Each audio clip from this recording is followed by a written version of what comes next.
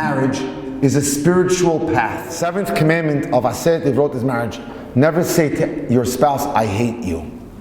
The beginning of wisdom is, Pirkei Avot tells us, is silence. Marriage can be either the source of life's greatest joy, or, has v'shalom, the root of much misery. It depends what you make of it. It can even become tragedy. Right now, in my cell phone is a WhatsApp message that I get from a guy who started 7 years ago, divorce. And every 2 days, I get a letter showing me the latest suit that he's suing his ex-wife. I told him 7 years ago, for $1,000, I'll get you out of this. Maybe he spent already $1 million. And he's not finished. So, if marriage is not done correctly, it can lead to a lot of pain.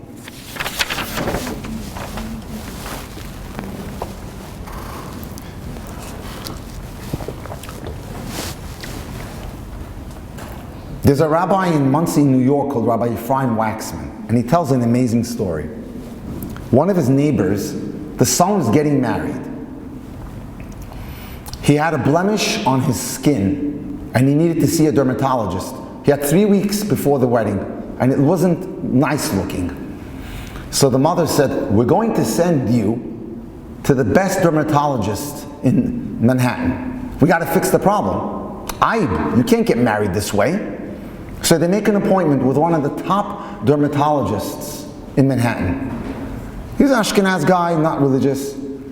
So the boy is 23 years old. He's sitting in the waiting room.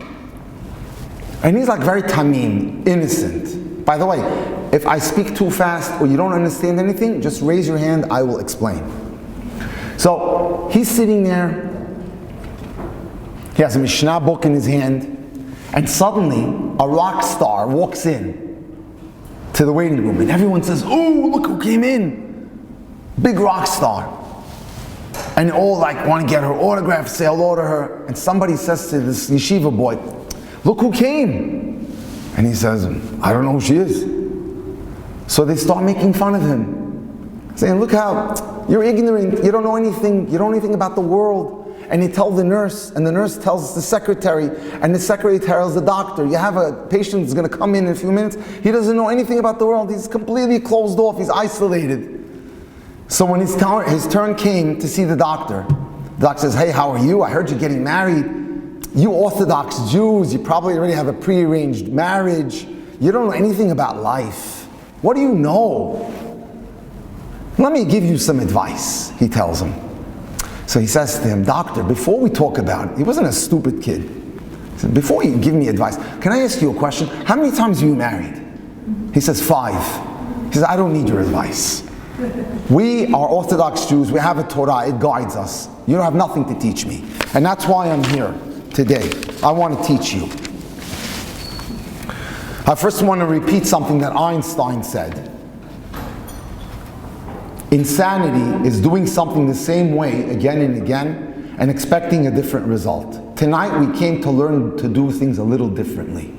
I'll teach you what's going on in dating, what's going on in Shalom Bayis. You'll go home with some ideas on how to apply good principles. First, a beautiful story. Darwish Masachi was a Persian Jew who was born in 1926. In 1951, he married his wife, Pari, Zahavian. Zahav means gold. They were in the gold business. She was 15 years old when he married her. He was 27. They had 8 children. In 1979, if you remember, was the Islamic Revolution in Iran. It became very dangerous to live there. In 1990, they decided it's time to move. So, you don't just go to the airport in Tehran and leave Iran. It doesn't work that way. You pay a lot of money for smugglers to take you in a van in the middle of the night, and they drive through all the mountains of Turkey, and you pay a lot of money until they get you to the other side of Turkey, and from there you can take an airplane to wherever you're going. So in 1991, they smuggled out of Iran, and they end up in the state of New Jersey, in America. He's too old to work, he's 65. She could work, she was 53. So she became a medical assistant. And thank God, they were happy. When he was 91 years old, he needed surgery. And the surgery was going to be a 6-hour surgery that was going to require general anesthesia. They started at 6 in the morning. Now, his wife and his 8 children were all fasting, and no one told anyone else that they were fasting. They were sitting there reading Tehillim and fasting, but no one said anyone to anyone else. Listen to what happened. At 3 o'clock in the afternoon, the doctor comes out and he says the surgery was successful. At 5 o'clock, he's in the ICU and he's starting to wake up. Intensive care. Give me a second.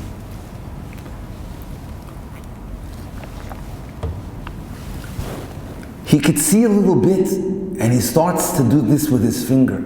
I need lunch, hungry.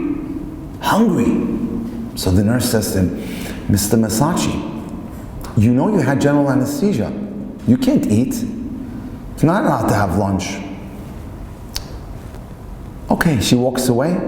Again, 10 minutes later, lunch, please, lunch. Mr. Masachi, I told you. You can't eat, you had general anesthesia. No. My wife, lunch. Give her lunch. What do you mean? So she goes to the wife, she says, you need lunch? She says, yeah. Did you eat? No, I'm fasting. So she goes back to Mr. Masachi. How did you know? The Goya, she's Colombian. How did you know? And he says, when you've been married for 70 years, you just know. That's Shalom Bayit. That's Ishto Kigufo. The Torah tells us his body is like her body, one unit. Think alike, know each other so well that he was able to tell already that his wife was probably fasting and she was hungry. And he just coming out of intensive care.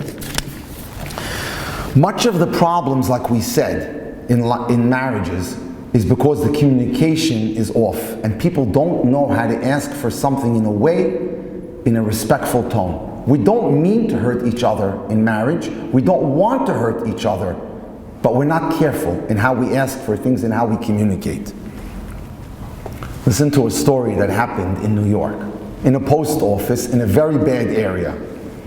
There's a guy smoking, and it's against the law to smoke inside a building. He's a big guy. One person comes up to him, he says to him, you know it's against the law to smoke. He says, what are you going to do about it? If you do anything about it, you see this? It's going to go right in your face. Okay, the guy walks away.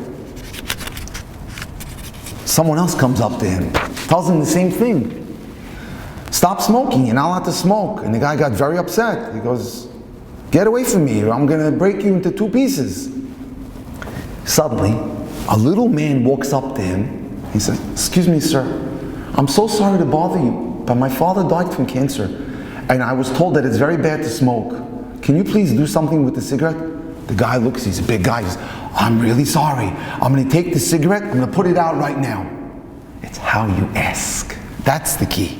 How do you ask for something? That's how you get results. And so one of the things we need to remind ourselves is to constantly compliment the spouse, the husband or the wife, and how we communicate. I'll give you some examples. I admire what you did. Number 1, you can tell a spouse, I appreciate what you did for me. I benefited greatly from your idea. I enjoyed what you did tremendously. I find what your words so calming. You build when you compliment. I'm so impressed with the way you spoke. What you did was so courageous. Thank you for helping me. That's so thoughtful of you. I admire you for how you helped me. You see the message here, ladies and gentlemen? Positive. Positive communication leads to good results. Your understanding is everything that I needed. So that's what we need to do. We need to focus on that. David HaMelech gives us the recipe. Sur merah v'aseh tov. In 5 words, it's called the 5 golden words. Don't give pain, give pleasure. How can you give pleasure? Much of what we can do is through the way we communicate. To teach ourselves to say words and to ask for things in a very, very soft fashion.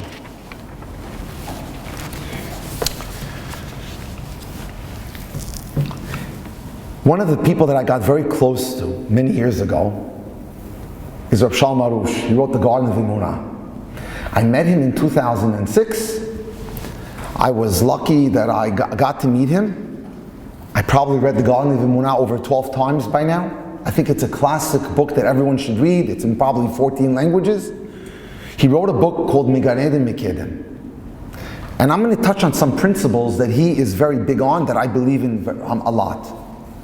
He tells a story of a couple that came to him with problems in Shalom Bayit.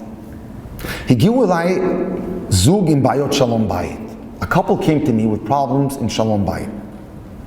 Ha'isha china shiorei bayit v'bar rishima im ta'anot. The woman came with a charge list that long of all the complaints she has against her husband. So he says, I asked the wife, Paniti eleha, Imrina ta'ana rishona. Let's hear the first charge, the first crime he committed. Okay. Amra isha, kol yom rishon yesh li shor kavua. Every Sunday, there's a class that I want to go to with my girlfriends. Every Sunday, I tell them the same thing. Yoni, make sure you come back by 8 o'clock because you're going to babysit the children. Every Sunday, eno magia. Every Sunday, he doesn't come, he doesn't show up. He always has a good excuse. So I said to her, I don't have to hear the rest of the list. I figured out what's the central problem here. I got to the root of the cause, the root of this whole illness. So I turned to the husband, the rabbi says, Paniti labal v'amarti lo, bevadai, ze shelo igata habayta. For sure, the fact that you came home late every Sunday is not because you're a rasha and not because you wanted to make your wife angry. I know that you want to make your wife happy. And this goes for men and women too. Shekol habayot b'shalom bayit misiba achat. All your problems comes from one cause. Shata lo mahzik et ishticha, priority number 1. You don't make your wife first place. She's not makom rishon. This is a crime that can be committed by the wife or by the husband. But in order to have good shalom bayit, you have to make the spouse number 1. He tells him, Kol sidata kol hasidrim shelcha. First of all, you take care of everything for yourself. You come out of shul, you answer every email, you respond to every WhatsApp, and then it's time to go home. By then it's too late. And every week you do the same mistake. You're not focusing on making sure that her needs or his needs are the most important thing in your life. Mizeh shekulanu machzikim it has spouse that we can make our spouse makom rishon tamun kol shalom bayit. Shalom bayit is dependent on making sure that we make the spouse number 1. Why don't we make the spouse number 1? Because we get so involved and wrapped up in our lives, in our work. I'll get to it. It's within, give me some time. And then unfortunately, we miss the boat. Let me share an amazing story with you. A couple got married in Israel right after Shavuot. The Safta of the Hatan had a minhag, had a custom, that she would always give a piece of jewelry to the new Kala coming into the family. So the Safta, the grandmother of the Hatan, knocks on the door of the Kala's house and gives her a bag a gorgeous diamond ring, even nicer than the Khatan, than her grandson gave her. So she puts it on. It's a little big. But she says, you know what? I'm just going to cover it with my wedding band. So the night of the wedding, she's dancing. She's having fun. Everything's fantastic. The wedding's over. Now it's time for Shiva Berachot. And Shabbat Hatan is in Netanya by the Hatan's house. They're sitting. They went to shul. After shul, there was a kiddush, and they're sitting in the Hatan's house. The Hatan's mother looks at her kala and she says, Zahava, where's your ring? She looks at her fingers. I don't know. She's thinking to herself, could it be maybe they took a walk outside in Netanya on the beach? What's the chance you're going to find the ring on the beach? Come, Zevi, let's go look. They come back, they didn't find it. So the mother of the Hatan is going crazy. She goes up to their apartment, she starts looking through all her lingerie. The Kala didn't know where to hide, she was so embarrassed. She comes down, the mother of the Hatan, she says, do you realize that was a $15,000 ring? And the Kala is so embarrassed. From that day on, it was hard. After Havdalah, she says to her husband, do me a favor, run back to Yerushalayim. Maybe I took the ring off to wash for Nitilat Yadayim and I left it by the sink. He ran back after Havdalah. He went back to Yerushalayim, took an hour to get back there. He calls her up, I looked everywhere. No ring! And after Shabbat, they left. But there was no more relationship between the mother of the Hatan and the Kala. They just weren't talking. So the father of the Hatan was a smart guy. He said, we can't have a situation where you start a life and you're not talking. He tells his wife, you're not talking to your daughter-in-law. Let's make a lunch. So in the middle of the summer, they invite the Hatan and Kala to a lunch. And the father of the Hatan bought a beautiful vase. And he told his wife, after the lunch, you're going to give her a gift. Let's make Shalom. Okay, fantastic lunch. They ate, they enjoyed. It was very nice. Now they're walking them out the apartment. He gives his wife the vase. Give it to Zahava. Listen to what she did. She says, here, let me give you a vase, but please don't lose this like you lost the ring. So she says, I'm never coming back to this house again. Forget it. World War III between you and me. It's over. No communication the whole summer. Now it's time for Rosh Hashanah. And they were Ashkenaz. So, for the Yom Tov and Shabbat, they wear a long coat called a bekasha, long black coat. He goes to his closet. He didn't wear it till when he got married. He puts it on. He says, honey, wow, you're such a great cook. I can't even close it. I must have gained 20 kilos. Wow. And then as he closes the button, he feels a lump here. Puts his hand in, boom, comes out the ring. And she says, you're the shlamazel, not me. I'm going to, first telephone call, I'm going to make this to your mother. I'm going to tell her it's her son that's the problem, not me. She calls her, she says, you won't believe it. Zevi had the ring in his pocket all along. Hashem, now we have more peace. The years go on. The Savta passes away. She's in Olam Ha'emet. It's 10 years later. You know how women are. They get bored of their jewelry. I want something new. So she says to herself, let me go to the jeweler that the Savta always bought her jewelry from. I want to see if I could trade, get something new. I'm bored. So she walks in to the same jewelry store that the Savta used to go to. He says, you remember my husband's grandmother, Ken? Yeah, sure, Mrs. Goldstein. Fantastic customer. She used to always buy by me. He says, she bought me this ring from you. And he says, wow, gorgeous. Let me look at it and examine it. So he takes the ring, he looks at it, he goes, it's probably worth $25,000. And now, beautiful stone. But I have news for you. I know my merchandise. I didn't sell this ring. What are you talking about? She only shopped in your store.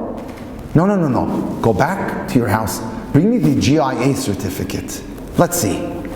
So she goes back home. She has a kasifet. A kasifet is a safe in the bedroom. She goes, dee. She opens it up. She pulls out the certificate. And then she sees another paper and she turns yellow. She's waiting for her husband to come home. And he comes home. She makes him dinner. She says, Zevi, you know the ring that your grandma bought me, Safta? She kana bishvili? Yeah, Ken. What's up? You know, I got bored. I want to trade, get something new. I'm bored of my jewelry. Okay, kol hakavod. You know, Allah ma'aki, do what you want. So, she says, but I have a problem. He said that he didn't sell the ring. I don't know. I didn't buy it with her. So I have a problem. He told me to go back and get the GIA certificate. So I opened the safe where we keep all our documents. We got married in May. How come the receipt says September? And she says, I figured it out. You bought a new ring. So I should have peace with your mother. And now I understand why every Monday and Wednesday you were never home at night, because you took a second job to pay for the ring. So what's the diamond? The diamond is not the ring, the diamond is you, Zevi. You're the diamond. That's Shalom Bayit. That's Ishto Kegufo. That's what we want to teach. That's the message we want to hit home with.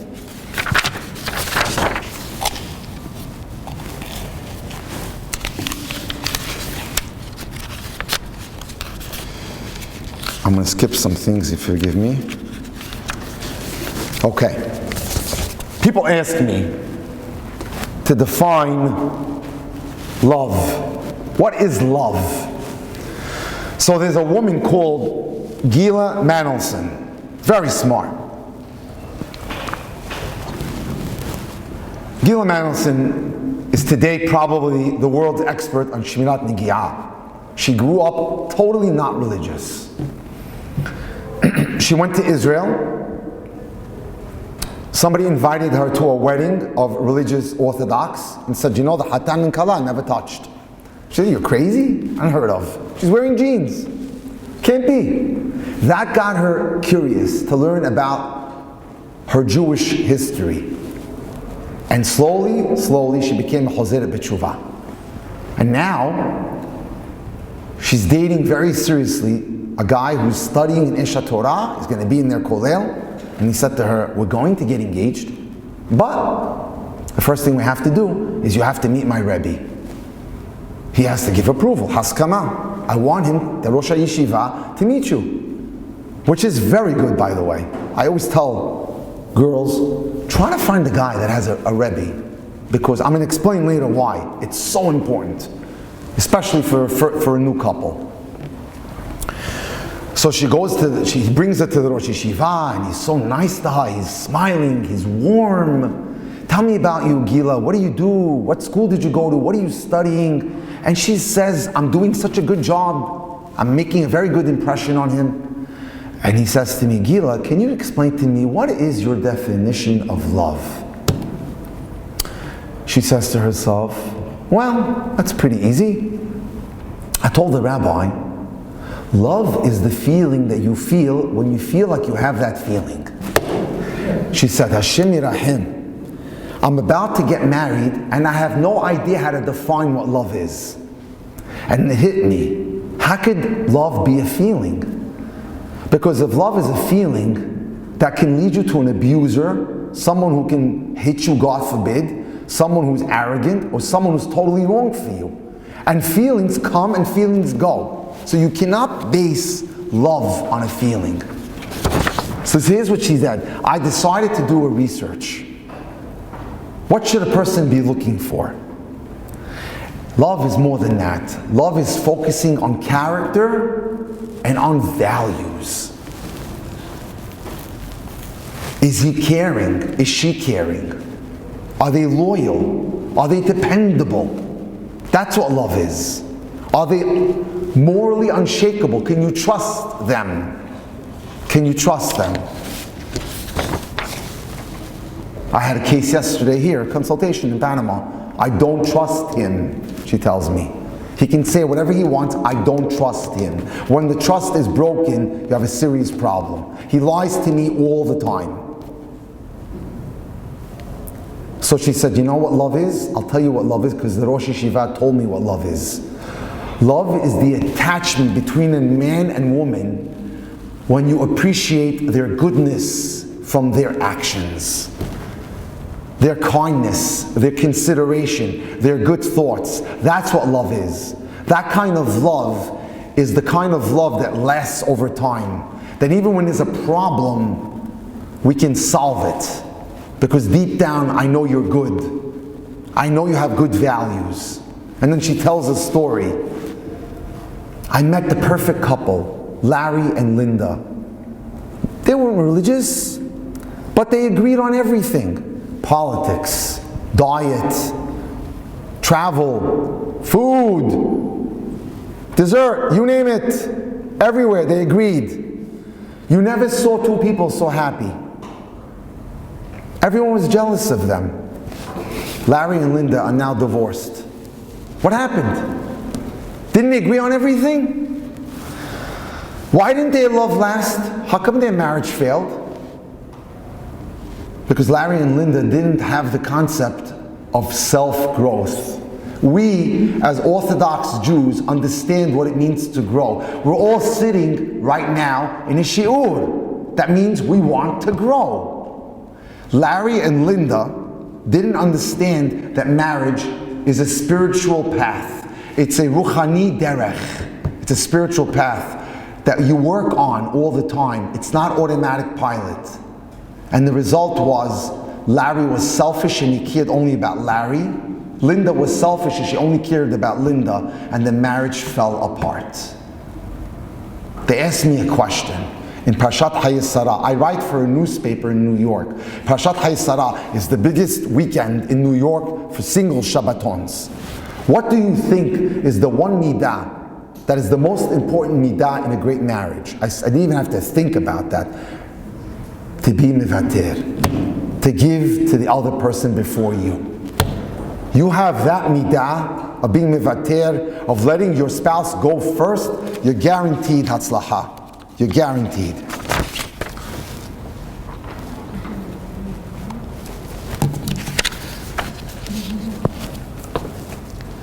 There is a book out there that I love. I spent the entire winter teaching it on YouTube.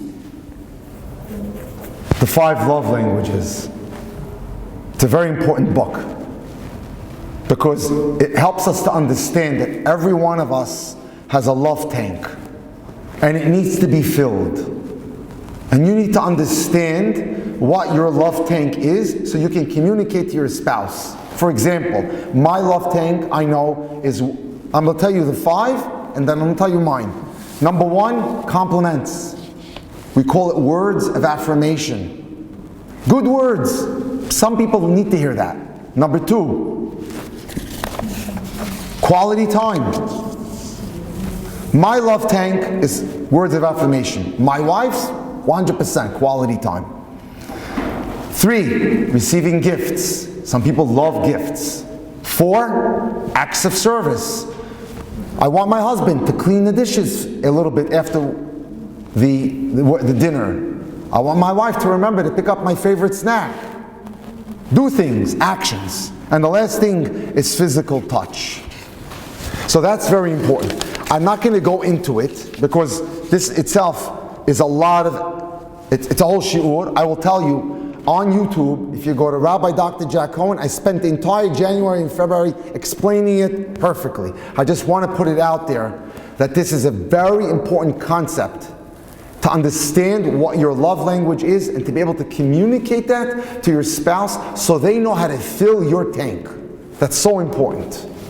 Let me show you an example. There's a rabbi in Israel called Rabbi Baharan. He has a seminary.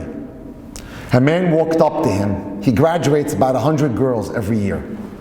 A man walked up to him and said to him, I want to go on a date with your smartest girl. I want the smartest one. And he set him up on a date. Calls him up after the date. Nu Yossi, Ichaya. Nah, she's not good enough. Okay, he sends another girl, very smart. Yossi Echaya, no, not good enough, not smart enough for me. 4 girls, nobody's smart enough for him. 2 months later, he finds out that he's going out with a girl from his seminary that was number 45 from 100. And he's in shock. He thought that the man wanted a very smart girl. And he calls him up, he says, how's it going? He says, she's the best girl. She's on. So he's like, interested. The rabbi wants to know, what is she doing? He calls her up. He says, Simcha, tagidi li, ma kore ba'pegishot? What's going on in the pegishot? She says, he talks and talks. I don't understand much of what he's saying. I just tell him, that's brilliant. That's so smart. That's amazing. That's wow. And the guy loves it. That's all I do. I just keep complimenting him. And he got married. And the rabbi calls her 3 months later, Shalom Bayis, what are you saying to him? Same thing, I don't really understand what he does because he's so smart. I keep telling him, that's wow, that's amazing, that's brilliant. And the rabbi said something. This man wanted an intelligent girl. This girl's emotional intelligence is 100 times better than the girls who were number 1 and number 2 in the class. She figured it out. She hit the nikudah. That was the most important thing. All right. We know there's something called Aseret Divrot, which we just celebrated on Shavuot. Many years ago, my Rabbi Avigdor Miller created something which is very popular, called the Aseret HaDivrot of marriage. I'm going to teach them to you now. Let's go. Number 1, be realistic. Understand that you're marrying a human being who sometimes has greatness and sometimes is very ordinary, nothing special. Keep your expectations low. As I said today in a workshop, choose your love and then love your choice. Decide who you're going to marry, and once you marry that person, work on loving them. Choose your love and then love your choice. When people are not realistic, they can have very big problems. Let me tell you a story, an example that he says. First of all, let me just teach one very important lesson. If there's an issue in a marriage, the last thing you want to do is talk to your parents about the problem. Disaster. The worst thing you want to do. Why? They love you. The minute they hear one bad thing about the son-in-law or the daughter-in-law, they are enemy number 1. They're not loyal to them like they're loyal to you. So that's why it's so important. I tell young couples, when you have an issue, take it to the mashpia, take it to the rav. But the last thing you want to do, unless chas v'shalom, you married a behemah, a completely bad person, you have to tell them that it's not working out. Keep away. So there was a guy in the rabbi's kahal who was disappointed because he married a woman and he felt he could have done better. And he tells his mother, I got second place. I could have gotten first place. That's all she needed to hear. You're absolutely right, my son. And she starts to badger him. Get rid of her. Let her go. Let her go. And he divorced her. And he ruined her life. He married a girl who was a betula, was a virgin, who was loyal to him and would have been with him the rest of his life. Instead, he listened to his mother because his expectations were too high. He wasn't able to work with what Hashem gave him, and as a result, he divorced her. And you can be sure that the second one he gets is going to be 50% worse. Because I'm going to tell you the statistics. At least in the United States, first marriage divorce, 63%. Second marriage divorce, 75%. Third marriage divorce, 83%. It only gets worse as you go on. You can be sure that he's going to be realistic. Or here's this story of a woman who married a guy that she thought was a Tamid Chacham, and she calculates that he can't even add simple math. She should learn to work with her life and build the guy, Chokhmat Isha Banta Beita, and figure out a way to make it work. And be realistic. That's the most important thing. Number 2, in Aseret Divrot of marriage, no matter what in life, things are going to happen. Expect situations to take place. Arguments, difficulties, struggles. Build that into your mindset, that there's going to be stuff that's going to happen. And if it does happen, the routine of life should never be stopped. For example, I have couples, when there's a problem, she stops going to the mikveh. That's a huge sin to do that. Or he doesn't give her money. Huge sin to do that. You could have a disagreement, but you never stop the rituals of life. Daily living needs to continue, and you will fix the problem. But you don't stop the routines of life.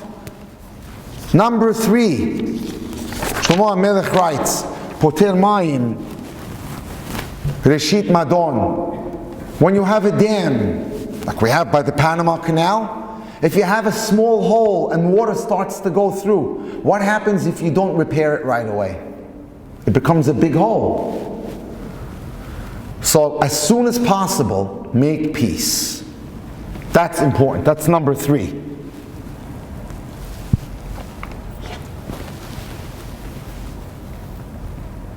Don't let the argument last for a long time. Sometimes you have to take the blame in order to keep the peace. Women are very good at this. They know how to make peace to keep the marriage going. That's very important. Number 4, never say the words, I want a divorce, I want a get. When you stood under the chuppah and you said, Hare'at mikudeshet li, it was unconditional. When you use a comment like, I want a get, it becomes conditional. And now it becomes an idea to be considered. Don't do it. Those words are a pikarsut to a Jewish couple. They should not be in your vocabulary. Number 5, the 5th commandment, be loyal to each other. Your responsibility is for the welfare and happiness of your partner. Many times, relatives will say bad things about your wife or your husband. Your wife is a terrible cook. Your husband is a terrible businessman. Your job is to stand up and defend the reputation of your spouse. It's not a matter of affection. It's a matter of obligation. When you stood under the chuppah, you gave your word to be loyal to each other and to support each other and to defend the reputation of the spouse. It has nothing to do with romance. In this world, you should bring up your family together and work together. You'll be together in sickness and in good health, and you'll be together in the next world. Number 6.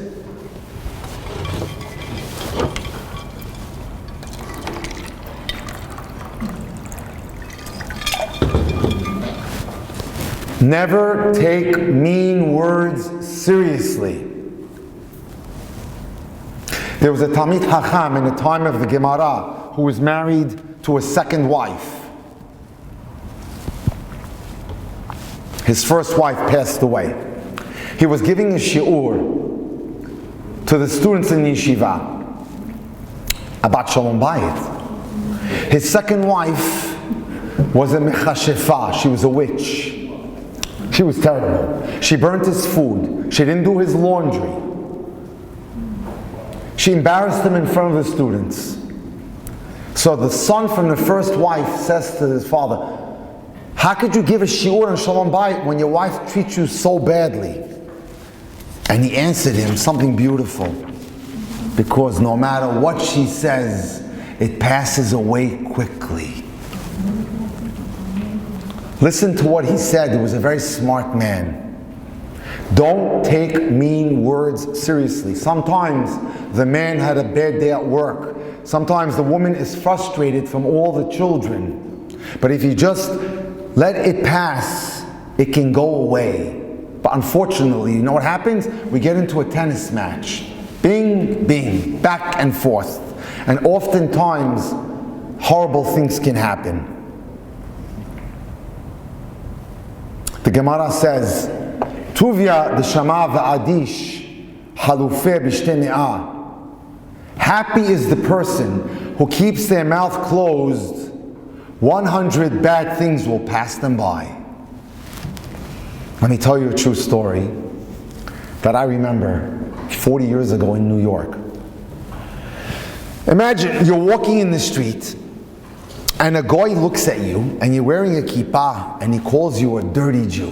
What are you going to do? What would you do? Would you answer back? Listen to a story that happened 40 years ago. There was a 21-year-old boy from Yeshiva University who was the menahel of Avot Ovanim in his shul. He was responsible for the little boys. And he told them if they were going to be good, he's going to take them to an NBA basketball game on Tu B'Shvat.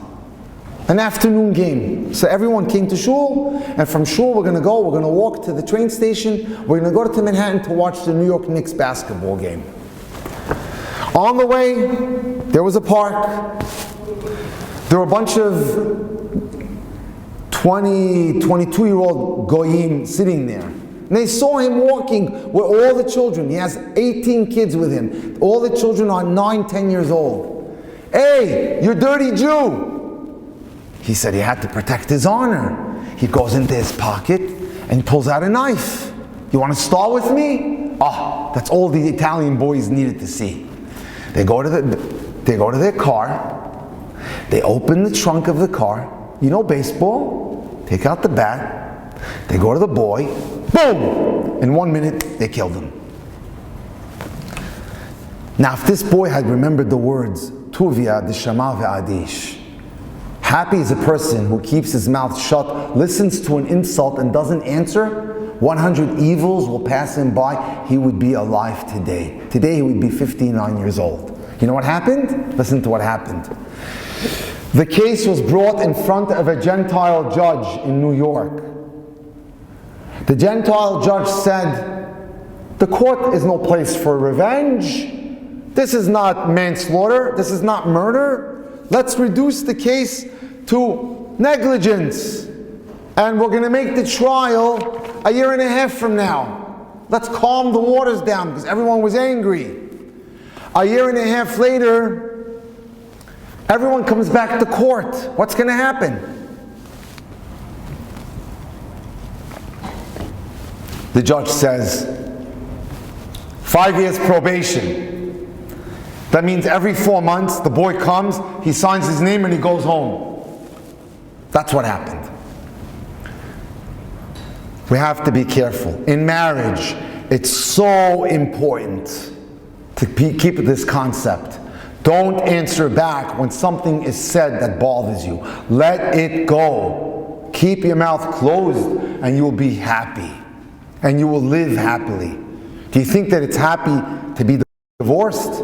I deal with divorced people all day. They come to me, day and night. It's not happy. It's not a happy experience. Living alone. Marriage is happiness. Having a partner is happiness. Having someone to talk to is happiness. Having someone to travel with is happiness. Having someone to eat dinner with is happiness. Number 7.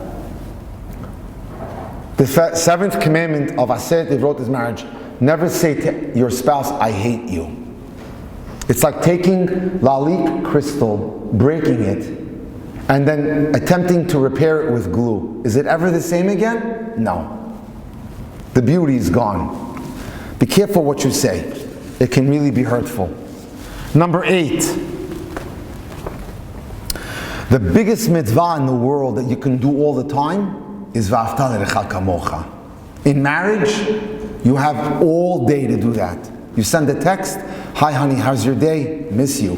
Mitzvah. I bought you a Coca-Cola. Mitzvah. I picked up the children from the doctor. Mitzvah. The cash register rings all day long. No other place do you have an opportunity to do so many mitzvot and to be mikayem v'ahavta l'recha kamocha like in marriage. Number 9 is not a problem in Panama, so I don't have to worry about it. Women should look beautiful and men should dress properly. that it's very important to not dress ugly in the house. It's important to always look put together, not to look like a schlemazel. Number 10, one of the reasons that creates a lot of divorces: don't be a dictator in the house. Both men, both women. Don't walk around demanding anything. Abusing the wife, abusing the husband. Someone who's a tyrant, we call it in English. Someone who just screams all the time, shouts all the time, demands things all the time. Don't be a dictator. That's so important. Let's continue. Those are the 10 commandments of marriage. Now we have some new bonuses. It's important, especially for new couples, to have a mashpia, at least, especially for the first 3 years of their marriage. Someone to talk to, someone to fix a problem. A rabbi, a mentor. I'll give you an example. A girl came to me in New York who was married 9 months. She married a boy who went to Mir Yeshiva in Israel. She married him because he had a reputation to be a matmid in learning. He was diligent, he learned every day. She said, Rabbi, when I married him, he was learning 2.5 hours before he went to work. That became 2 hours. That became an hour and a half. That became an hour, a half hour, 15 minutes. He stopped going to shul. He's not going to minyan anymore. Should I divorce him? I said, relax, wait. Does he have a Rabbi? Yes, in 5 towns, in Long Island. Well, go talk to him now. He could save this marriage. She went, she talked to him. The rabbi called up the husband who was his talmid. He saved the marriage. It's so important to have someone that the couple can answer to, especially since it's so important not to discuss the problems with the parents. The 2 words that your parents should hear is BH, Baruch Hashem. That's it. How's your marriage? Thank God. How's the weather? Everything's great. So that's important. Having a manhig is critical. 2, very important. Every one of us did things when we were single that we're not proud of, especially Hozere B'tshuva. Please, shut your mouth and don't tell them what you did when you were single. They're not interested. That doesn't help the marriage. We don't believe in this business, oh, I want you to know everything I did. That's the beginning of disaster. You understand? Don't talk about what you did when you were single. The things that were not so kosher, especially. That's not for her to know. That's not for him to know. And don't say bad things to the husband or the wife about your family. I hate my sister. I don't like my brother. They will hate them. Only speak good things about your family, about people. Should you say good things about yourself? Absolutely. Be this best salesperson to tell your husband or wife good things about yourself. I went to a class today. I gave tzedakah. I'm volunteering. Sell yourself. It's always important. Next. It's important to encourage each other. It's important especially for the women to encourage the man. He goes out, he has to make a living, it's not easy, dollars are not on the trees, he has to work hard. Giving encouragement to each other is very, very important. Okay. Let me see if I'm going to do some more things with you.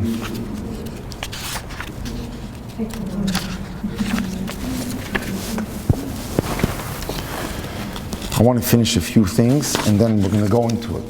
We'll finish up. And if you have married children, okay. Number 1, parents of the Hatan and Kala, not to ever get involved with the problems of the Hatan or the Kala. It's not your problem. Stay out of that. It's a terrible thing, I told you, for any of the woman or the man to go complaining to her parents about, or his parents about what he doesn't like about the marriage. Number 2, never pressure your son-in-law to do anything. Stay away from his life. Very important, he will hate you. Number 3, don't give your son-in-law any advice. That's his life. Stay out of it. Number 4,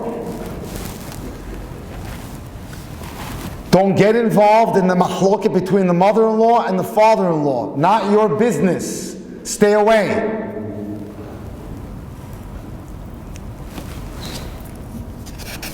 You don't care about the lashon hara. Number 6, no matter what they did to you, remember to always give honor to the father-in-law and the mother-in-law. Give them kavod, give them honor, invite them to the house. It's so important.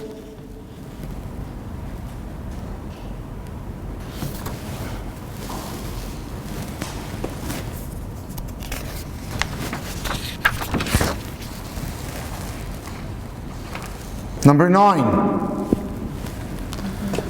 it's very important for the father of the house to teach the children to give kavod to the mother.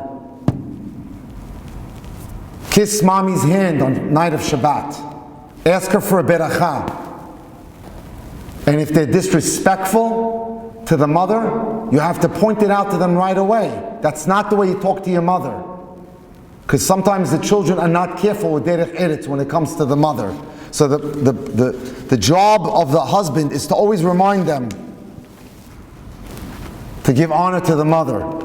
Number 10, if has v'shalom, the mother passed away or the father passed away and now they remarried, you must give honor to the stepfather or the stepmother. That's very important. I often see where they don't give respect because they're not happy that that person came into their father's life or their mother's life. That's not respectful. Derech eretz kadma Torah, and you have to always remember to treat the new person in your father's life or mother's life with derech eretz the same exact way.